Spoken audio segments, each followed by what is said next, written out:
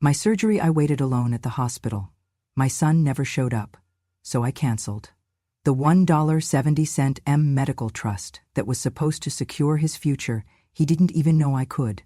I sat alone in the hospital's waiting room, clutching a crisp paper gown and a blue ice pack pressed against my hip where the surgeon had cautioned me not to shift, and everything around me pulsed with life. I no longer felt part of. Families clustered in soft circles, arms enfolding children, husbands offering coffee, laughter rising like light behind the frosted glass. Their warmth radiated through the pale chairs and into the fluorescent hum above, carrying a familiarity I no longer recognized. Then my phone buzzed twice, insisting that reality would not wait for healing. A single rose petal, dislodged from a bouquet someone must have brought into the hallway, fluttered down to rest on my gown.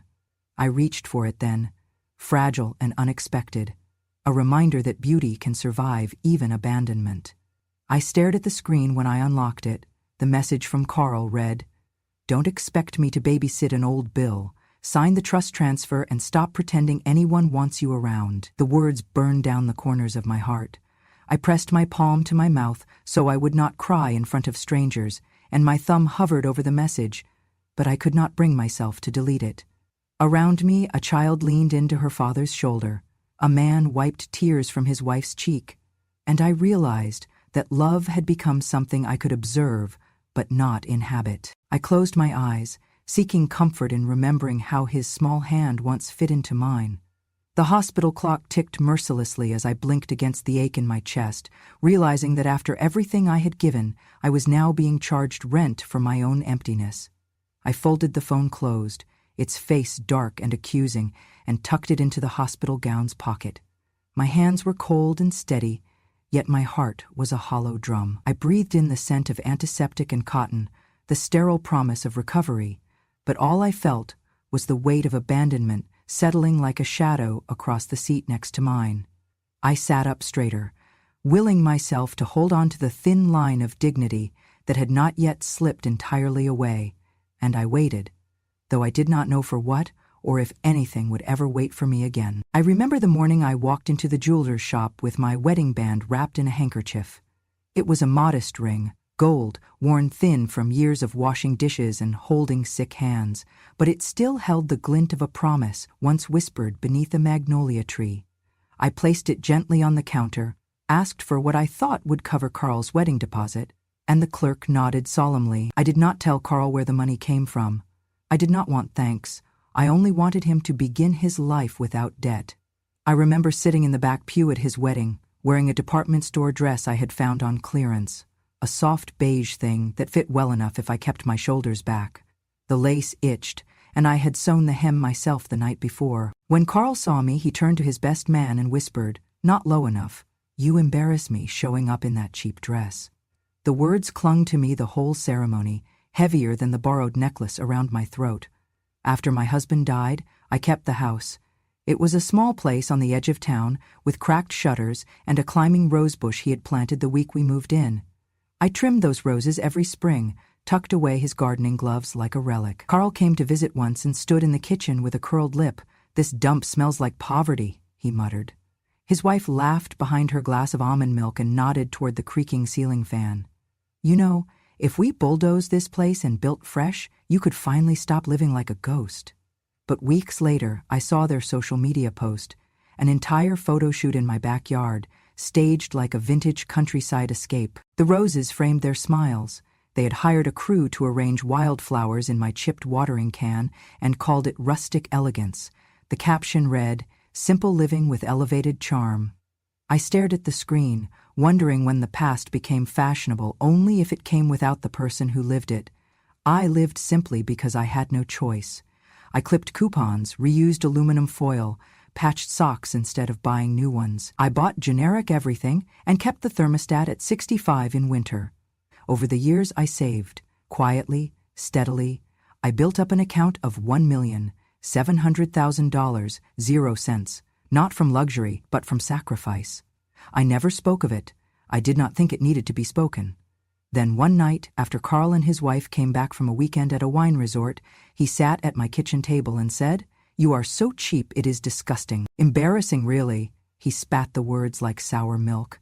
I blinked, confused, then angry, then nothing. I stirred the soup in silence and wondered when love had become so easily displaced by convenience. The final cut came months later. Carl called to ask if I would co-sign a loan for a cryptocurrency investment he swore was the next big thing. I hesitated. I told him I did not understand crypto, that it made me nervous. He exploded. "You are so behind, so useless. Honestly, it is like you are stuck in the 1960s. I apologized. I always apologized, as if my discomfort was something shameful. After we hung up, I stared at the wall where my husband's medals had once been, and I thought, I would rather be outdated than ashamed of what I built. Carl never mentioned the loan again. But 2 weeks later, I saw a photo of them posing beside a Tesla, captioned, "Investing in our future, without dead weight." I used to think time healed all wounds, but the truth is, time only buries the wounds if no one keeps digging them up. My sacrifices became invisible the moment they no longer served their narrative. I gave my ring, my house, my warmth, my silence. And what I received was dismissal, derision, disapproval. I did not want applause. I only wanted my dignity intact. There was no apology when Carl used my house for his brand aesthetic. No gratitude when I emptied my savings to pay his student loans during the recession. No pause when he used my pantry like a backup grocery store during the pandemic. What there was, always, was judgment. If I asked for help, I was a burden. If I stayed quiet, I was cold. If I gave, it was never enough. If I refused, I was the villain. And so I watched, over and over, as they praised themselves for values they condemned in me. Her mother was independent for saying no. I was difficult. Their friend who saved money was wise. I was a miser. Their minimalist kitchen was chic. Mine was bare. Even their grandma aesthetic. Pinterest board featured images stolen from my life. The tablecloth I had sewn from scraps. The teacups I inherited from my aunt. The frayed armchair I could not afford to reupholster. And yet, I was never invited into the frame. I once believed that loyalty would earn me respect, that if I did the right thing quietly, the world would meet me with gentleness. But respect is not always the reward for doing right. Sometimes the world only claps for those who shout. And I was too busy whispering comfort into other people's pain to hear the sound of my own. Now, sitting alone with that text message heavy in my phone, the images came flooding back. My husband's gentle hands placing that ring on my finger, the way the roses looked when they bloomed after a hard winter, the way I counted pennies so Carl could have what I never did, the long hours I spent learning to stretch $1 so his future could stretch wide. None of it earned me a place in his world. Only the parts of me he could profit from mattered. The rest? Embarrassing, cheap, hysterical, useless. But I remembered everything.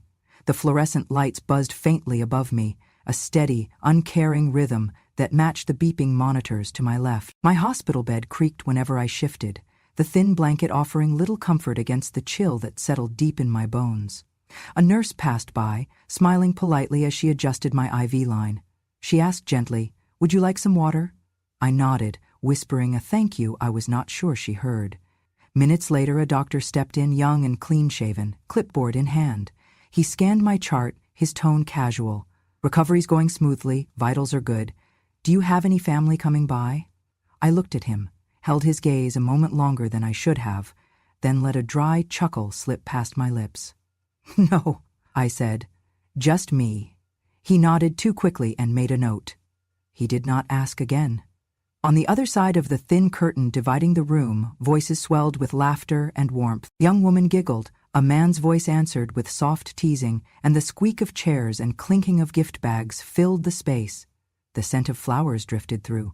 Peonies, maybe lilies, carried in by a family that had gathered, eager, affectionate. I caught pieces of their joy like shards through glass. "We brought your favorite soup. You look stronger already. We missed you so much." Then the rustling of wrappers, the untying of ribbons, the hush of a kiss on the forehead. The woman's IV beeped with the same rhythm as mine, yet her world was wrapped in celebration. Mine was sealed in silence. I turned toward the window, even though the blinds were shut tight. The The reflection staring back at me in the darkened screen looked unfamiliar. Cheeks sunken, skin pale, eyes rimmed with exhaustion. I adjusted the old handkerchief I kept clutched in my lap, smoothing it with trembling fingers. The stitching had worn down after years of use, fraying at the edges, but it still smelled faintly of lavender, the way my linen closet used to. It was the only thing I brought with me. No cards, no visitors, no fruit baskets with satin bows. Just that handkerchief, and the echo of a voice I no longer heard calling my name with love. I had prepared for the surgery with quiet efficiency, setting aside enough for the copay, arranging a ride from a neighbor who could not stay, placing frozen casseroles in the freezer for when I got home. There had been no one to update, no one to hold my coat, no one to kiss my temple and whisper, "I will be here when you wake up." I did not expect otherwise. I had learned long ago that expectation was the birthplace of hurt. The hours crawled. Nurses rotated shifts, machines blinked steadily, and meals came in on plastic trays. I ate in silence, tasting little. My body ached from the incision, but my heart ached worse from the absence. Even the cleaning staff smiled and asked, "No one coming today?" as they emptied my trash and wiped down the bedside table. I smiled in return, always smiling, always polite. It was easier to mask the hollowness than to explain it. Late one afternoon, I shuffled slowly with my walker down the hallway, past patient rooms filled with color and life. Balloons tied to chairs, family photos taped to walls, children perched on windowsills holding stuffed animals. I passed a room where a man lay snoring, while two teenagers argued playfully over which movie to put on. I paused at the end of the hall, out of breath, and sat on a bench beneath a potted fern. A volunteer approached me and asked if I needed help calling anyone. I shook my head. She asked again, "No children? Grandkids?" I lied. I said they were busy, out of town. She smiled kindly, but looked away too quickly. Back in my room, I clutched that handkerchief again. I tried to remember the last time someone held my hand, not out of duty, but out of affection. Maybe when Carl was 8 and frightened of thunder, and I climbed into his bed to whisper stories about brave sailors and golden islands. Maybe when my husband, still strong then, had reached across the table just to squeeze my fingers mid-sentence. That was long ago. The kind of long that settles into your bones and becomes indistinguishable from pain. I watched the clock tick past visiting hours. I watched the sun set in slanted golden beams across the floor. I watched my reflection again and saw the outline of someone who had never asked for much and received even less. There was a bitterness in the back of my throat I could not swallow, not from resentment, but from the quiet realization that I had been erased, not with cruelty, but with convenience. I closed my eyes and let my mind drift. I thought of how, when I was younger, the house was always full, of noise, of errands, of socks on the floor and burnt toast and slammed doors. I used to dream of peace. And now, here I was, cloaked in it, drowning in it. Peace without love is a prison. Silence without care is exile. And I had been sentenced not for crime, but for aging, for no longer being necessary. The nurse came by one last time that evening, checked my vitals, fluffed my pillow. She paused and said, "If you ever want someone to talk to, I am off shift at 10. I nodded, thanked her, and watched her go. I did not want to talk. What could I say? That a lifetime of giving had led to a room full of nothing? That even after surviving surgery, I felt more hollow than healed? I turned off the bedside lamp and lay in the dark. The hallway lights streamed in under the door like broken promises. From the next room, I could still hear laughter, the soft rustle of bedtime hugs, the goodnights exchanged freely. And then silence. But not the kind that comforted, the kind that echoed like an empty church. I curled around the handkerchief like a child, clutching the last thing she has. It smelled like old comfort and forgotten days. I did not cry. There were no tears left. Just a stillness so deep it felt like sinking. They arrived together, a flicker of sunlight through the blinds, revealing their silhouettes in the doorway. Carl, his posture rigid as a statue, and his wife, those sharp eyes scanning the room. Behind them came a notary, her clipboard stiff, her expression polite in the way almost always meant pity. I had propped myself up on the pillows, the incision aching, my throat raw from holding back the tremor that was always one trembling breath away. The notary introduced herself. "I am here to witness your signature on a trust transfer document." Her voice was calm, rehearsed, but I heard the predator's ease in it. The silence that followed was an invitation. Carl stepped forward, phone positioned on the bedside table, camera glaring at me like unfair lights on a stage I never auditioned for. He cleared his throat, and his voice echoed. "Watch this, my hag of a mom still thinks she has a choice." The word hag broke over me like glass shards against my ribs. I felt nothing. My heart went numb, but my face stayed still. His wife leaned across the dresser and pressed a cold legal pad toward me, pen poised. She whispered without kindness, "If she does not sign tonight, we will just put her in a nursing home. They will medicate her until she forgets the PIN." The word PIN sounded clinical, unfeeling, as though she spoke of a code to lock me out before I could even become a shadow of strength. I stared at the pen as though it were a snake curled on paper, poison ready to slide through the ink. Carl's camera light flickered, capturing my face, my silence, my helplessness. He said, quietly, "You are alive only because the bank still needs your signature. After that, crawl into your coffin." As the words fell useless out of his mouth, I realized I was being coerced into signing away my home, my freedom, my dignity. The notary opened the trust document and read the terms. The house, savings, and every asset funneled into their names. My name was a line at the bottom. They had me hostage with my own life's work. I felt the strength drain away, exhaustion pooling in the bones of my fingers. I let my eyelids fall halfway, the corner of my lips soft in a false surrender, a frailty I could pretend more convincingly than fear. If I looked helpless enough, perhaps they would relax and make a mistake. Carl frowned as though detecting the subtle shift. The camera clicked record on his phone. He squared his shoulders as he pressed the pen into my hand. The notary watched me with faint, awkward pity. His wife tapped her foot with a brittle grace. I held the pen with the tenderness I used to hold a newborn child, trembling with hope. I knew in that suspended moment that I could sign, and everything would be gone. But if they allowed me to sign willingly, they would lose the spectacle. They wanted my fear. They wanted control. I closed my eyes and breathed. Then I wrote one small word, "No." On the signature line, I wrote, "No." Silence. The camera's light blinked and died as Carl's fingers left the bedside table. His face, so swollen with anger, paled. The notary frowned, the document trembling in her lap.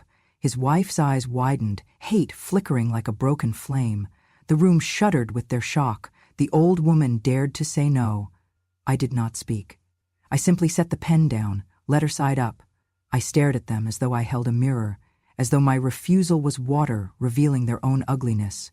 Carl lunged forward, reckless anger pushing him into the space between us. "You think that means anything?" he spat. "You are nothing." I remained seated. "No," I said again. Not fear, not submission, just plain refusal.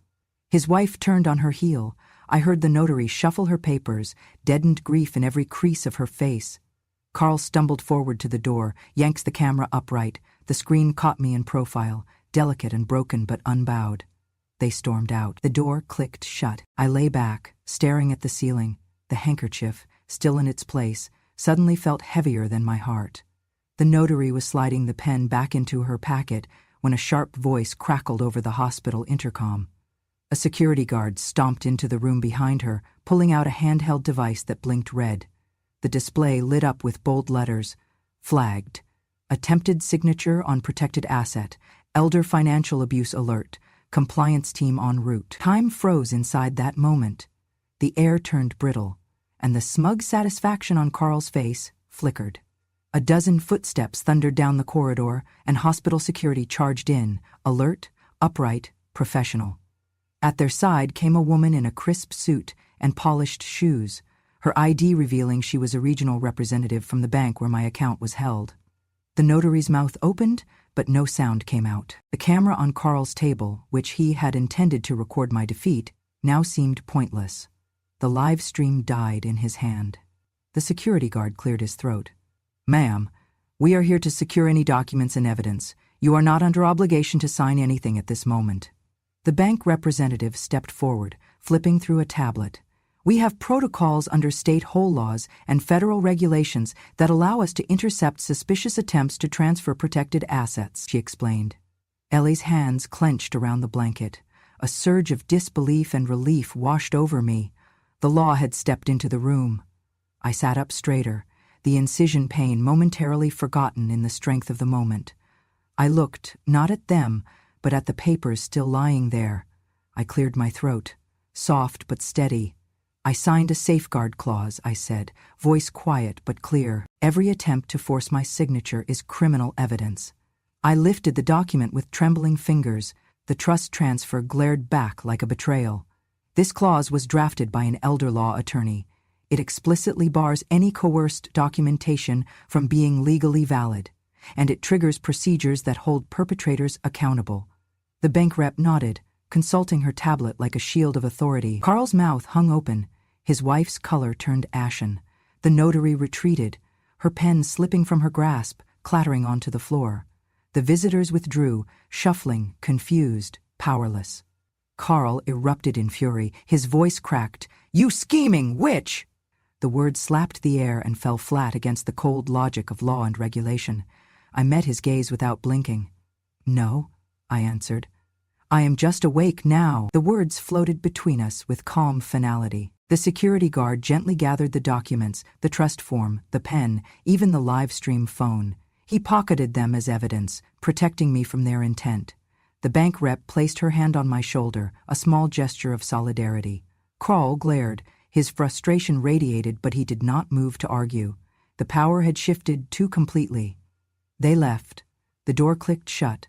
Silence filled the room again, this time not hollow, but heavy with consequence. I leaned back, breathing in and out slowly. The weight on my heart lifted slightly, replaced with something like peace. I closed my eyes, listening to the steady beep of my monitor, the quiet patter of caretakers in the hallway. Outside, the world moved on, except for me, who had rediscovered control at the moment they tried to take it away. They returned late that afternoon, silent as vultures disguised as family. I was resting, curtains drawn, when Carl's voice came over, calm but hollow. "You are signing another thing." I opened my eyes. They stood in the doorway, flanked by a second attorney I had not seen before, dark-suited and serious. Carl held a tablet. His wife had that cold expression, as though she'd already won. The attorney scanned the room and spoke slowly. "Mrs. Ellie, before we can proceed, I must disclose something." My heart clenched. The attorney adjusted his glasses. "You acquired the mortgage on the house years ago, during that market crash. Your son and daughter-in-law transferred ownership to themselves to play with high-risk cryptocurrency investments. You effectively became the lender for your own home." I frowned uncertainly. "Yes," I said softly. "I bought the note, so they would not lose everything." My voice cracked. He nodded. "Because the crypto venture collapsed and their account has been frozen due to suspected fraud, the mortgage they owed you is now in default." Carl scoffed. "So what? We still live here. You want to confiscate your own granddaughter's birthday cake location?" The attorney held up a decency escrow agreement and placed it on my bedspread, pristine and void of ink. "This provision activates legally under these circumstances. The house will remain with them, conditional, but only if they fulfill the terms." I leaned forward, weak but attentive. The attorney continued. 300 hours of community service in the geriatric ward. 12 sessions of behavioral therapy with a licensed counselor. Written apology letters to every patient or family member they demeaned or disrespected in this hospital or elsewhere. And public renunciation of any future claim on your trust or estate. A hush engulfed me. The terms shimmered with justice. My mind raced. They wanted a shortcut, and the law was offering them a detour. Public humility for private gain. Carl laughed, a cruel, echoing caw. "We won't scrub floors for a bunch of fossils," he spat, the word fossils sharp against my skin. His wife nodded, arms crossed. Even the attorney's eyes tightened with frustration. I turned to them, my voice steady. "You have a choice. The house stays, or you ignore it, decline accountability, and you lose it. I make the call, not the bank, not your creditors." They looked at each other. Fear, shame, calculation flickering. The camera Carl still held dropped to the floor, forgotten. I lay back, watching as the power shifted. The attorney gathered his papers. "The agreement stands, Mrs. Ellie," he said, voice neutral. "We will let you decide when you are ready." They left. The room was still. I held that paper in trembling fingers. A legal trap disguised as compassion. A test. A reckoning. I exhaled long and smooth. All the way through their avarice and mockery, I remembered why I did it. The roses I planted, the meals I cooked, the dreams I financed. Not for recognition, but for love. Now love had help, and I just woke enough to demand it be returned with honesty. 30 days passed, 30 days of silence, of forgetting, of waiting, and then the letter came. Foreclosure sale scheduled. The house, once a sanctuary I'd fought so hard to protect, had been seized. The bank moved swiftly. I learned it was sold at auction, no fanfare, just a hammer's dull finality. The winning bidder wasn't a faceless investor. It was a non-profit alliance dedicated to senior support and single mothers in crisis. My home would become a transitional center for elders and struggling mothers, a place of refuge rather than ruination. I looked at the walls around me, still marked by years of memory, the faded wallpaper, the rose-scented entryway, the creak in the floorboard Carl surprised me with on my 75th birthday, and felt an odd calm. The house would live on, serving those it had once sheltered. That quiet transformation felt more redemptive than all the court battles in the world. A week later, the courthouse was packed. The judge, a stern woman with silver hair and compassion in her eyes, looked over the gallery, then at me, then at Carl and his wife, who stood behind their attorney. The bank had arranged to play the video of my will, the one I recorded quietly at home, laying everything bare. The messages, the insults, the live stream, the betrayal. The room was wrapped as my voice echoed inside. "I do not leave this house to earn your gratitude. I leave it because it belongs where hearts can flourish. If you cannot respect that, then let it serve others who deserve dignity." The screen faded. A hush, thick and alive, settled. Then came the most unexpected voice of all. My granddaughter, little Ellie, tugged on the judge's robe. She looked at the gallery, then to me, then to her father. With the simple clarity of a child, she said, "Grandma waited for you in the hospital. You never came." That sentence shattered the courtroom. Eyes darted. My son's head dropped, shame blooming in his cheeks. His wife gasped. Everyone stared at him, not with ridicule, but with sorrow. The judge dabbed her eyes and nodded. "This court acknowledges much was lost. The house will now operate as the Redwood Transitional Center, serving seniors and single mothers. Mrs. Ellie's gift, the house, the garden, the story, will live on with purpose." More than half the room stood and applauded. I sat quietly, tears pressed behind my lids, held in line by the weight of this moment. On my granddaughter's behalf, on behalf of truth and compassion, Carl remained silent. I wondered if he was thinking of the bed he forced me to lie in alone, the apologies never made, the legacy he tried to erase. Then the judge paused again and said something I had not expected. "And as for this court, let it be known. A home built from love cannot be destroyed by greed." The gavel sounded. Out in the hallway, the nonprofit's director handed me a bouquet of daisies. A simple, cheerful gift. "Your home will help real people find a home," she said softly. "Thank you." I looked at my granddaughter, her small hand clutching mine, and felt peace. The house would breathe again. I walked out under the sunlight, feeling the weight of years still in my bones, but in my heart a new foundation settled. Hope built not on what was taken, but on what I gave away in grace. In a courtroom quiet as a winter dusk, the judge read the sentences. My son Carl received a suspended sentence and was ordered to perform 200 hours of community service. His first task, working in geriatric care, serving meals, learning dignity in each tray he passed. The charge? Attempted financial elder abuse. His wife, my daughter-in-law, was found liable in civil court. Stripped of guardianship, prohibited from caring for my granddaughter, the small crowd in court watched as the weight of their actions began to fracture. I stood then, beside the judge's bench, braced by my attorney and my granddaughter's hand, holding tight. My voice felt steady when the judge asked if I wished to speak. I said, What was taken from me was not erased. What was withheld is still mine to give. And with that, the judge awarded me legal guardianship of my granddaughter, granting the child a safe harbor with a heart that had endured. Time later, the $1,700,000 0 cents I had quietly saved, loans, retirement accounts, pennies folded meticulously, was redirected. Established as the Ellie Watson Medical Scholarship Fund, it would support young students entering medical school who pledged to serve underserved communities, with priority given to seniors and single mothers, the very people who had once stood in solidarity with me. The estate, the house I once lost and feared missing forever, had found new life. The nonprofit had transformed our old Roses and Chintz home into the Redwood Transitional Center, a place where elders found compassion and single mothers found guidance. On ribbon-cutting day, the front yard was filled with neighbors, volunteers, and press photographers capturing the moment. I stood in the doorway, the morning sun playing on the rose trellis overhead. With scissors in hand, I cut the ribbon and opened the doors not with a speech, but with silence full of remembrance. Later, as guests entered and the roses stirred in the breeze, I walked into what was once my backyard garden. My granddaughter skipping ahead, her giggle was the kind of light that fills corners.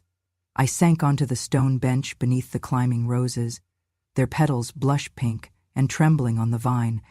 Leaning down, I whispered to them, sparse words that felt complete in that moment.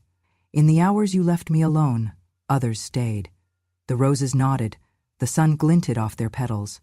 It was a story that did not end with sorrow, but with the promise of redemption and care. Around me, the new center hummed with life, voices exchanging hope, lunch trays passed with warmth, children's laughter echoing. Elders traced their fingers along the garden wall. I closed my eyes and breathed. The whispers of gratitude, the rustle of healing, the soft clink of compassion, all of it wound around me like a quilt. I had given a home, and it had returned souls. People may forget sacrifice, but justice remembers where compassion blooms.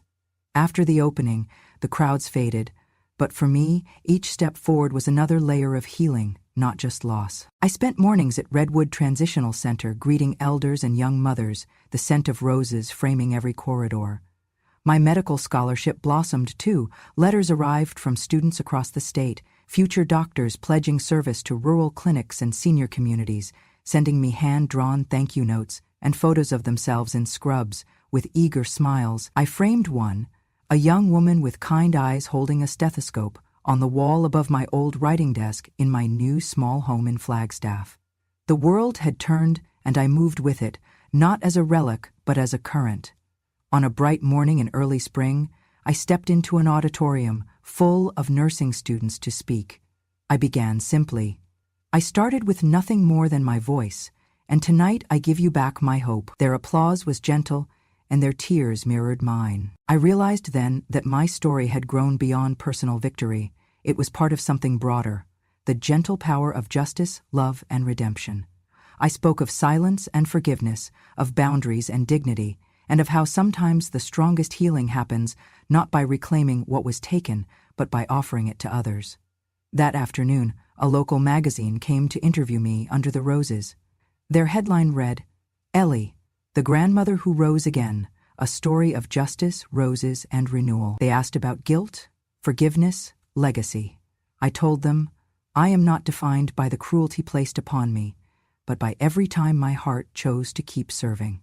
I planted roses, hoping someone might smell them someday, and the photo captured me with the sunlight in my hair and petals falling like a promise. Summer arrived, and one afternoon I hosted a community gathering in the garden that once was my private sanctuary.